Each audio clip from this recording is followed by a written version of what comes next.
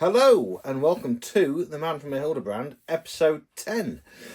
So today I'm going to be doing a bit of a review on the La La Land Diamonds Are Forever CD. I'm going to be sort of discussing little bits in the world of Bond and kind of sort of asking the question on why is Casino Royale 1967 and Never Say Never Again kind of still, after all this time, so isolated. That's going to be kind of the bulk of today's sort of episode. So anyway, starting things off, yes, I've received my La La Land Diamonds Are Forever CD. Um, the sound quality is absolutely amazing. It's a huge improvement from the 2003 reissue. In terms of anything extra, nothing really. I mean, some of the cues are kind of a little bit longer by a few seconds. So on the 2003 issue of Diamonds Are Forever, that had in total 21 tracks. This has now got 27. And what they've basically done is kind of, some of the tracks on the 2003 issue, they have kind of split up to make them separate. So that's where you are getting the additional 6 tracks from.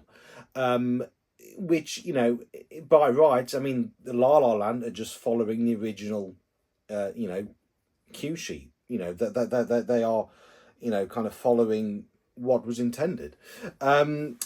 Unfortunately, and I think it's only really Thunderball, Moonraker, and License to Kill, which are the 3 soundtracks from La La Land, which have got a lot of unused material. Material that was written for the film but never made it to the final cut. I was kind of wondering whether or not there may be a few of this on Diamonds Are Forever, but there isn't. So it is basically, they are right in what they said, and what all people have predicted was that the 2003 edition is basically pretty much what was available. Of course, with this, I mean, now this is a 2 CD presentation. There is you have got the Shirley Bassey theme song with that additional verse, which I think is really cool. And then you've got the Italian version sung by Shirley Bassey. And then you've got like a few sort of alternate kind of takes. But it is kind of very much like the Goldfinger CD, where there's nothing new. It just been sort of cleaned up and put in chronological order, which I would suspect would be what we would probably expect from You Only Live Twice. If they do You Only Live Twice, it'll be the same thing, because I believe that the 2003 edition of You Only Live Twice is basically what was available. And on the forums, there is a bit of a divide, because a lot of people have opted out on it, saying, well, there's nothing new.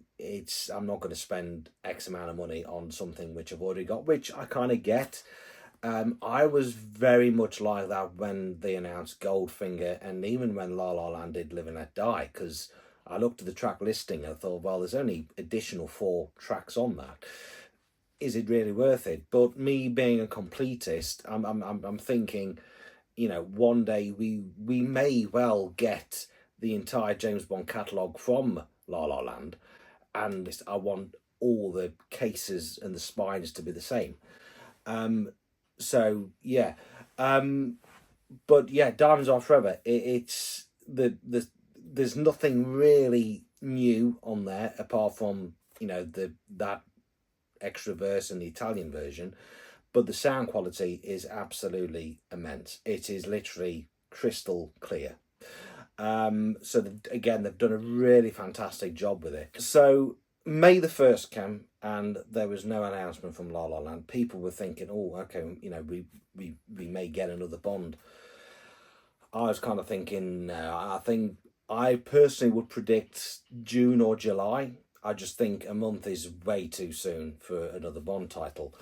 Of course, 1st of May, there was nothing. They released no title at all. But then on the 2nd of May, they did release a little bit of a lovely teaser, which basically said that, there is more Bond brewing, as well as more sort of big ass soundtracks.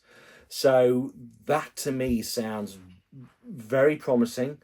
It sounds like La La Land are also very confident in that whatever issues, what prevented A View to a Kill in Goldeneye being released Black Friday last year, I'm kind of guessing that that's now cleared up.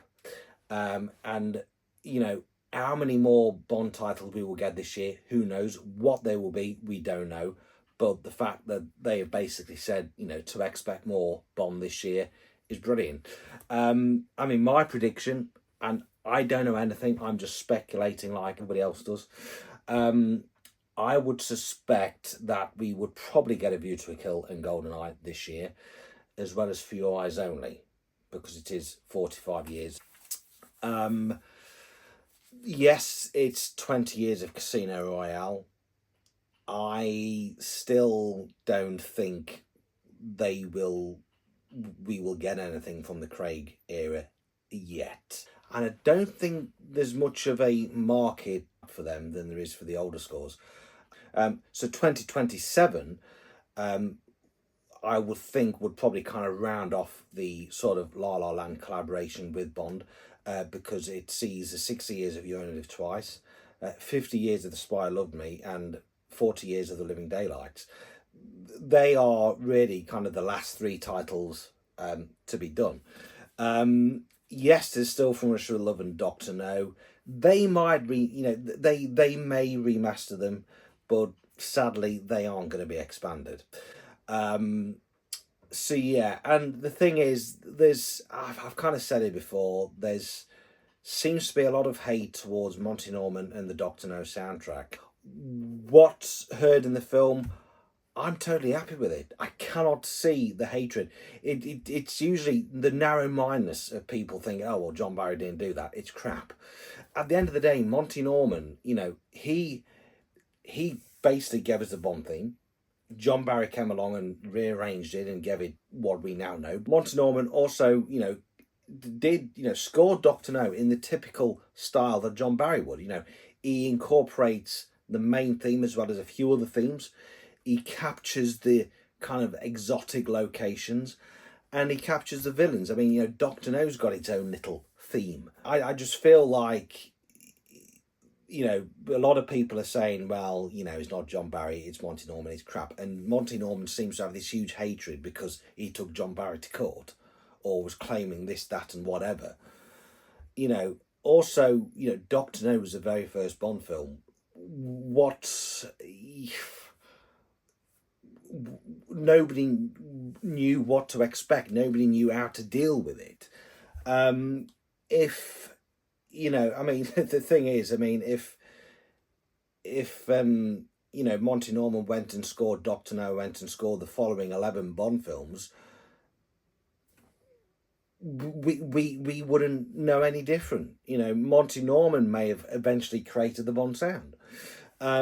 The thing is, John Barry, he is a legend, and I absolutely love him, and I love his other works as well. And it wasn't until Goldfinger that's when everything came together. His music for From Russia with Love, again, it's brilliant, it's good, I like it, but it's not the typical Bond sound. He just hasn't quite captured it because he's still learning. Just like Monty Norman, he was still learning on Doctor No. I just feel that, people just need to somehow kind of isolate the music from Doctor No and just listen to it, because it's really not that bad. Yes, it's very kind of very 1950s, but there is some good pieces. David Arnold even paid tribute to the Tarantula piece for The World Is Not Enough. You've got the Bond theme in there. You've got, they even use some of the music from Doctor No in From Russia with Love. So yeah, personally, I really don't think Monty Norman's work on Doctor No was that bad. Lana Del Rey, she's obviously, done the latest Bond song for First Light. again, the reaction and the sort of feedback was brilliant. There was a few what I would like to call idiotic comments on the socials. Oh well, this is a Bond song because it's not for a Bond film. Well, what the fuck does that matter? It's still a Bond song, whether or not you like it or not. It is a Bond song. It's been written by David Arnold. It's marketed as a Bond song. It's got 007 written all over it. It's, been commissioned, it's been authorised by the powers who own the Bond intellectual property. So it's a Bond song. In fact, it's more of a Bond song than No Good About Goodbye is. Right? So, yeah, again, people are very sort of narrow-minded. Oh, well, that doesn't count. It's not for a film. It doesn't matter if it's for a film or for a game. It's still a Bond song. Which then kind of leads into the bulk of this episode, where there's still, after so many years, a huge divide between Never Say Never Again. Spy Hard, they recently kind of asked the question, which film was better, Octopussy or Never Say Never Again. A lot of people go for Octopussy. I like all the Bond films. Never Say Never Again, I kind of get why people don't like it. And quite frankly, I think it's, the reasons that they give is boring and, again, narrow-minded. When I first got into Bond, I was told about Never Say Never Again, but my dad would say, oh, no, that's crap. Okay. And yet, when I first discovered it, I was thinking, where's the gun battle? Where's the title sequence? Where's the Bond music? It wasn't there. But over the years, I've actually kind of seen it in a different light and really enjoy it. And the reason why people don't like Never Say Never Again is because it's not Eon. And I think, well, at the end, it's not a James Bond film. Of course it's a fucking James Bond film. Why is it not a James Bond film? It's a film that stars James Bond and is based on material by Ian Fleming. What makes it not a James Bond film? And again, because it's not produced by Eon. It's a stupid, tired, pathetic excuse, right? It's just, the thing, okay, if you don't like the film, fair enough, but to keep using the excuse, oh, it's not Eon, it gets boring, right? It's just sort of, very narrow-minded, a very poor response. I just think it's just, I don't know, just a very cheap and tired sort of excuse not to like it. Is Bond 26, is that going to be a James Bond film? Because it's not produced by Eon? It's just a really sad and pathetic kind of excuse to use. It's only really, I think, since 2012 that Never Say Never Again and Casino Royale 1967 have finally sort of been accepted by Eon. They have only very briefly sort of included it in their official publications. Back in 2012, they had the 50 years James Bond poster book, which was produced by Dawley Kinsley. And then 2002, John Cork, he did the James Bond, The Legacy, a fantastic book, where he kind of, sort of explores all the films, Casino Royale 67 to Never Say Never Again. Now, with it being Amazon, would they sort of make more of an effort to get it included? Never Say Never Again is available on Prime, to stream, but would they kind of make more of an effort to get, to kind of get it out there? Back in, I'm thinking about around 2007 time, in one of their catalogues, Mini Champs had even kind of mentioned the Mercedes 300 from Never Say Never Again. It never got produced, or certainly wasn't produced with Never Say Never Again packaging, but it was there. And I think with how Mini Champs work, they kind of, it's kind of based on like a popularity, how many people are interested in this model, is it worth them making, they'll make it. I don't think Never Say Never Again got enough sort of likes for them to kind of produce it. Also, I'm kind of thinking, oh, I wonder if it's probably more to do with licensing issues as well, because there's actually, I mean, even Corgi have never made any die casts from Never Say Never Again. Whether or not that'll change in the future, I don't know.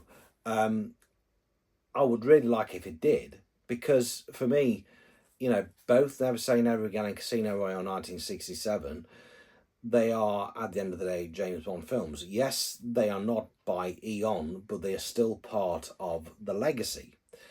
And for me, everything connected to James Bond, if it's literature, games, comics, toys, film, TV, whatever, it just makes my groin explode. So, anything Bond, it just really, tickles me fancy. So I kind of, really, really hope that they do kind of eventually, now it's with Amazon, that they do kind of bring it all in, that they do kind of include Never Say Never Again. I mean, I was kind of thinking, looking back at it, I'm kind of surprised that they never included Never Say Never Again in the recent 4K Sean Connery Bond collection. And again, I mean, I asked this question on the socials and somebody says, well, no, because it's not a James Bond film. It's like, well, why is it not a James Bond film? It's still... I mean, yeah, when I was a fanboy, I was very much like, well, that's crap, don't include that. But thanks to, well, no longer with us, but thanks to Alex Moore, one of the founding members of Hildebrand, the James Bond group, he was a massive Sean Connery fan. He absolutely, I mean, Diamonds Are Forever and Never Say Never Again were his favourite Bond film. And I can remember first seeing Alex at one of these events, and he had Never Say Never Again t-shirt. I thought, wow, that's interesting. I didn't want to push him to the side because he liked Never Say Never Again. I just found it because I just thought, wow, you are the first person I know who has so much love for that film. And thanks to Facebook and socials, there is actually a lot of people out there who do like Never Say Never Again. It's just a really kind of interesting mindset how people are. And I just think it's about time that, both Never Say Never Again and Casino Royale 67 sort of got accepted more. I mean, I know next year, Alan J. Porter, who is the president of the Ian Fleming Foundation, he... is an absolute gent, absolute dude. He does the Agatha Christie chronological podcast as well, with his wife Gillian. And Alan, he wrote a book, put about 10 years ago, The Illustrated History of 007, which focused on all the comics and things. And then between him and his wife, he did the James Bond Lexicon, which is like a great big sort of encyclopedia. He is now working on the making of Casino Royale 1967. And I just thought, I'm really looking forward to that because it's something that's never been done before. And yeah, I mean, the bloke is an absolute dude. I have so much respect for him because he seems to read all the time, but seems to be managing to publish no end of books from, aircraft to the Beatles to Bond to Star Trek to, it's just a very cool guy. I've never met him, but he is just an absolute legend. But as far as I know, it is going to be published next year for the 60 years of Casino Royale. So yeah, that I'm kind of looking forward to. Talking of which, there's also another behind the scenes book of Never Say Never Again. I'm kind of sort of, I mean, yeah, if you've read it, leave the comments, leave the comments on this video. If you've read it, just let me know if it's any different to the Battle of Bond by Robert Sellers, if there's any kind of new information, because I kind of feel there's no point in buying another book which has got exactly the same stuff that another book I already own has got in. So yeah, Never Say Never Again, the kind of story, the kind of behind the scenes is available. I think it's available on Amazon. I think it was originally written in French, but it's now been translated. So yeah, it's basically, yeah, just, it's about time that those two films were kind of included. Raymond Benson's The Facts of Death is being reissued, and I believe that's available either in August or September from Ian Fleming Publications. The design and the layout is pretty much the same as what the 0-10, Colonel's Son, and the James Bond authorised biography was back in 2023. IFP reissued them 3 titles with all new artwork, all new layouts and stuff. Facts of Death follows that. Whether or not it's kind of Ian Fleming Publications' kind of way of keeping Raymond Benson in the public's mind, maybe it's to kind of build up an announcement that he may be giving us another Felix Leiter follow-up, which I really hope he does, because I really love that book. Fantastic book. So yeah, it was just a little bit out of the blue. They might eventually release all the Raymond Benson novels. Still, they're not giving us any John Gardner. Now, on the 2nd of May, marked the 30 years since Cold was published. Now, Cold was John Gardner's last Bond novel. I had posted something on the socials myself to say, to celebrate it. Hours later, Ian Fleming Publication decided to join in, and I can't help but think that, yes, I tagged them in a post on Instagram. I'm thinking, I wonder if that kind of jogged their memory, because they haven't, in the past, they haven't really celebrated Gardner's works before, or any continuation authors. They've always been focused on Fleming. So yeah, and I did sort of specifically tell them to please celebrate John Gardner more. We want some more reissues. It's about time he was back out there. I think several years ago they reissued the first 2 titles of his license renewed and special services. That was it. It'd never gone any further. It kind of really sort of annoys me that John Gardner is just forgotten about. So yeah, but no, Cold, I can remember actually really enjoying that, because it was written in 1996. Before that, John Gardner had done the novelisation for GoldenEye, which obviously had the female M. And what I really liked about Cold was how it was split into 2 parts, and it was designed to kind of introduce the new M. It saw the kind of Sir Miles Mazevé retiring, and then saw the introduction of the new M, which kind of then tied in with the John Gardner timeline, but also tied in with GoldenEye as well. And then obviously Raymond Benson came along in 97 with 0-10 and gave us the female M, who he had christened Barbara Maudsley. So yeah, Cold. I can just remember. I've only read it once, because 20 plus years ago, when I was free and single, and when I had plenty of time on my hands, I can always remember reading all of the Bond novels from Casino Royale, one after the other, going chronological order through the Flemings. It was around at the time when Devil May Care was released, so I think I might have got up to The Man with the Golden Gun, read Colonel's Son, then Devil May Care, and then continued on through the John Garners, and then on to the Raymond Bensons. So yeah, it took about a good 2 or 3 years, and yeah, some of the Flemings I have revisited since then, and some of the Gardeners I have, but I don't know, it's just finding the time and also being in the right frame of mind to actually pick a book up. Also, talking of anniversaries, it is also on the 5th of May, 10 years since Steve Cole's second Young Bond adventure, Heads You Die, was published.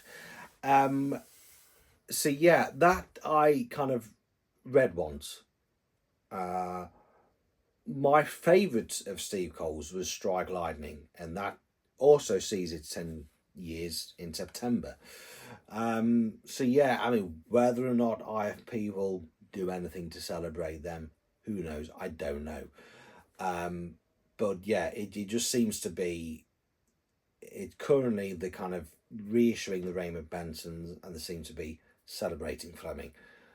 John Gardner is just totally ignored, and it's getting tiring. So please, please, please get him back out there. So also, Mini GT.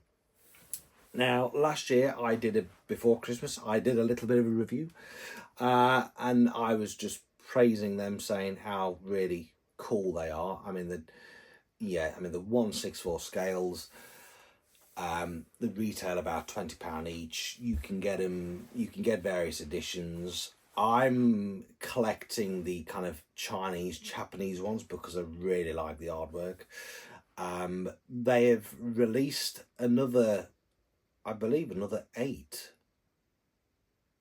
So they've released the Jaguar XKR from Dawn of the Day, the Aston Martin from Skyfall, the Toyota 2000 GT from You Only Live Twice, the DB10 from Spectre, the Aston Martin V8 Volante from Living Daylights, the Aston Martin DB5 from Casino Royale, and the Lotus Esprit Turbo from Few Eyes Only. So yeah, I am slowly but surely kind of collecting them. But yeah, they are really cool models. They are the Mini GTs. How many they have got in the pipeline, I don't know, but I would suspect that we may expect more later on in the year. So yeah, Mini GTs, absolutely brilliant. So what else? Yes, First Light. You can now buy First Light t-shirts from the 007 store. I have ordered one. A lot of people, Calvin Dyson in particular, he was lucky enough to actually play the game. You know, he had like a 4-hour session, and he kind of had a bit of a preview of playing the game, as well as other people as well. Daniel Craig. But also, word had kind of got out with these limited edition, sort of deluxe editions. There's all of a sudden a lot of people sort of raving about the deluxe edition with the golden gun. Oh, well, you know, absolutely brilliant. Well, first of all, the edition with the golden gun was like 260 quid. And I'm just kind of wondering if they actually realise that the golden gun, you can't handle.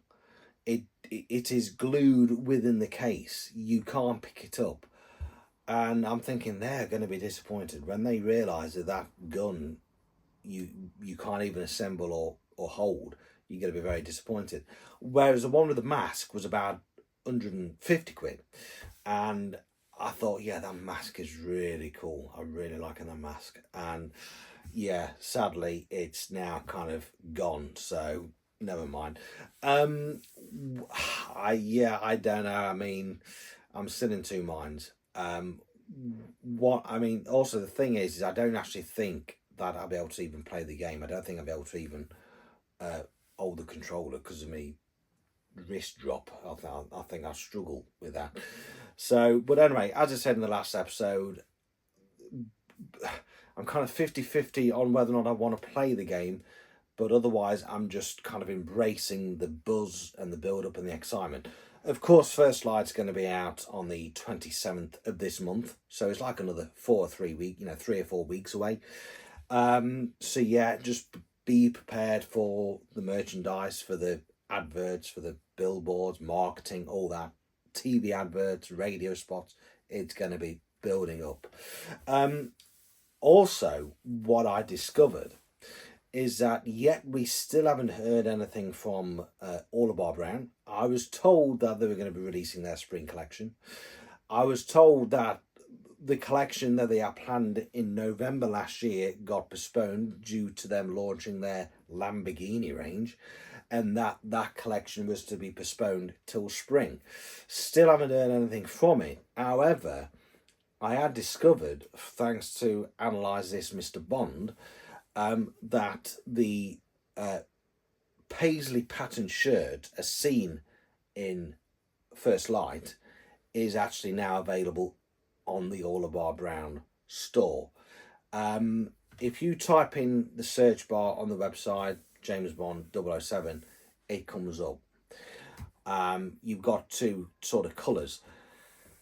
So from all of our brands' view, it is just part of their range. From a Bond fan's view, it doesn't have 007 on the label like the other of their collection does. So it is available. So First Light product is available through all of our brand, but it just wasn't sort of heavily publicised. It wasn't sort of categorised, if you like. It's just basically one of their bog standard shirts. So yeah, it's yeah. So this spring collection, I mean, who knows? It might be again anniversaries, or it could be First Light, or it could be something differently, totally fresh. We don't know. So yeah, hopefully, I mean, it's still spring. I mean, it's going to be technically summer next month. So hopefully we've only got like about another 8 weeks left until spring's finished. So we may get the all of our brand James Bond spring collection coming to us soon. But anyway, I think that's it for this week. So yeah, it was nothing new, no major kind of announcements.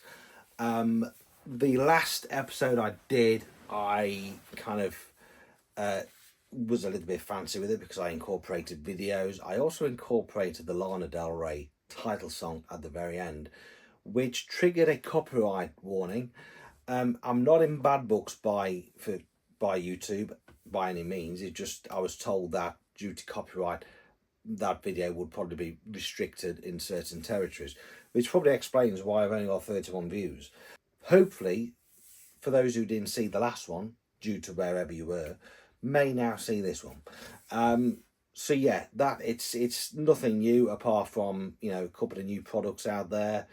Some promising news from La La Land, and is it about time that Never Say Never Again in Casino Royale 1967 was kind of included and wasn't just victimized or categorized. But anyway, that's it for today. I will be back. What I'll be talking about next time, I don't know. But yeah. So anyway, thank you for watching. Don't forget to like and subscribe. And yes, I will catch you all another time. Bye bye.